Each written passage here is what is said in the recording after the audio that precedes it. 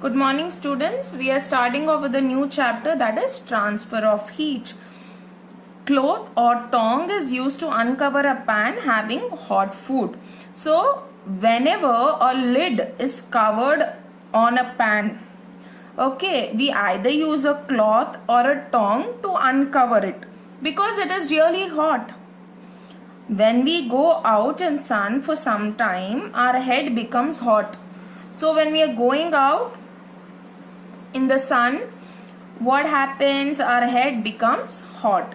Spoon in a hot cup of milk becomes hot. So all this phenomena of cold objects becoming hot is due to the flow of heat, called transfer of heat. Here we see that hot objects, okay, are transferring the heat to the cold objects. That's why it is becoming hot. Hot objects remain hot only till they are kept near the source of heat, whatever could be the source of heat. As long as that source of heat is there, only till then the objects remain hot. Once either the source of heat is removed, once they are removed, what happens? Slowly they start losing the heat and cool down due to transfer of heat. What is happening? The heat is being transferred to the environment. Heat always travels or flows from a region of high temperature to a region of low temperature. Let me take an iron rod. It is being heated. Let us call one end A, the other end B. So when I heat this A end, what happens? The temperature over here is more, and slowly the heat will travel from a region where the temperature is high to a low temperature. B has got comparatively less temperature when compared to A. So the flow of heat will take place from A to B. When your mother prepares lunch, it cools after it is removed from fire. This happens because temperature of the surrounding environment is less than that of the food prepared.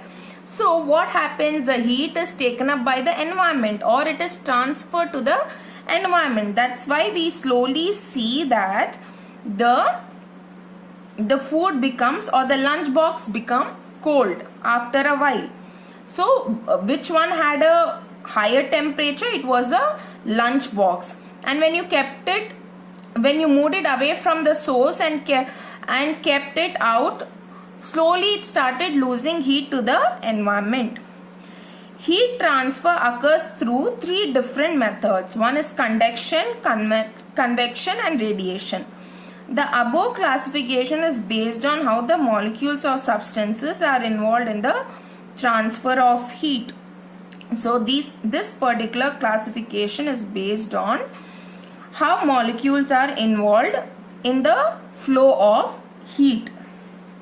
All materials are made up of tiny particles called molecules. Very important point. And these molecules are constantly in motion.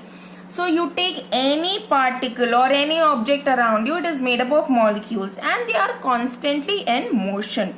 Solids and liquid, we see there is a strong force of attraction between the molecules. In solid, it is the highest, that force of attraction, and they vibrate by moving to and fro. If you would have looked at the pendulum, okay, it moves to and fro. Same way here also we see that molecules are moving to and fro by they are vibrating to and fro.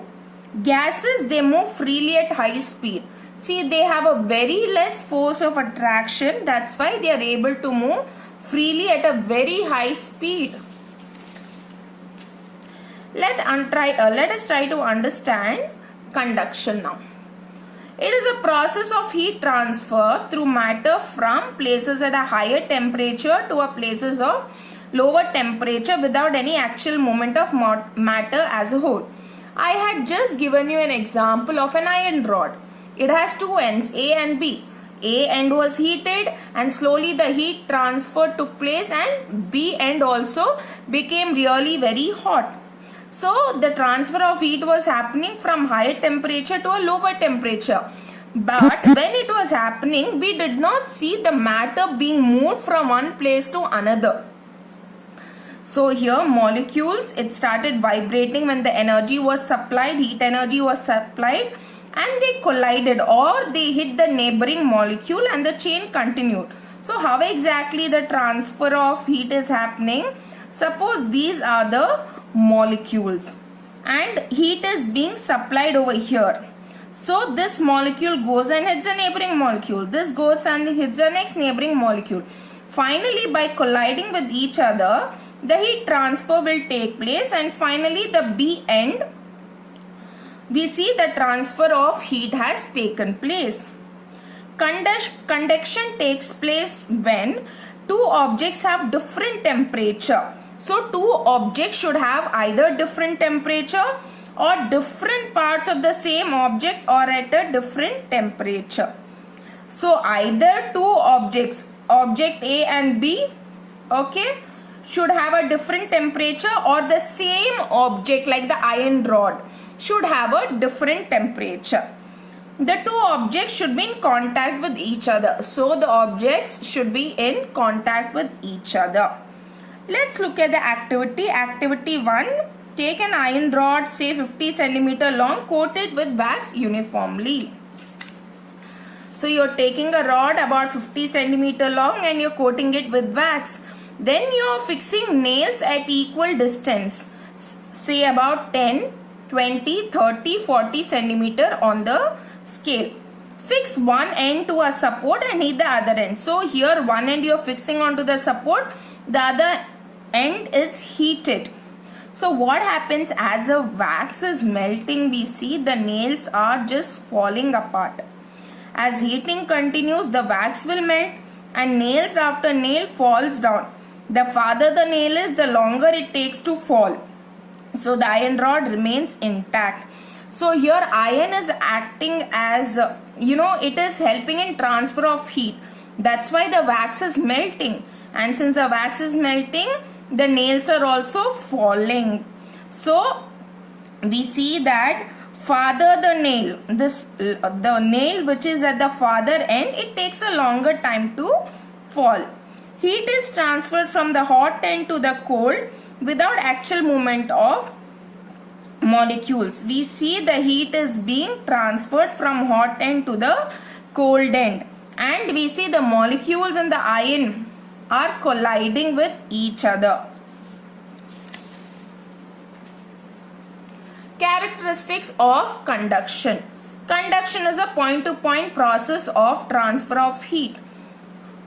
Heat can be transferred from one object to another, object in contact with it, and also from one part of a body to other. Either the transfer of heat is happening between the two objects or two ends of the same object. If one part of a body is heated by direct contact, the other gets heated successfully. So if you're heating one end, the other end gets automatically heated up. Thermal conductivity. The process of heat transfer within the same object is known as thermal conductivity. If the transfer of heat is happening in the same object, for example, again iron rod, okay, the transfer of heat was happening in the same object. So that is known as thermal conductivity. Now we have good conductors and bad conductors. Good conductors, they carry the heat at a faster pace. They do not carry heat. Example, silver, aluminium and iron for good conductor, wood and plastic for insulator or bad conductor. Some materials that trap air and retain heat within them are wool, felt, fur, feathers, etc. Air is also a bad conductor or a good insulator. So we see over here, these are the materials that can trap heat and retain heat. So during winter, clothes can be made using these material.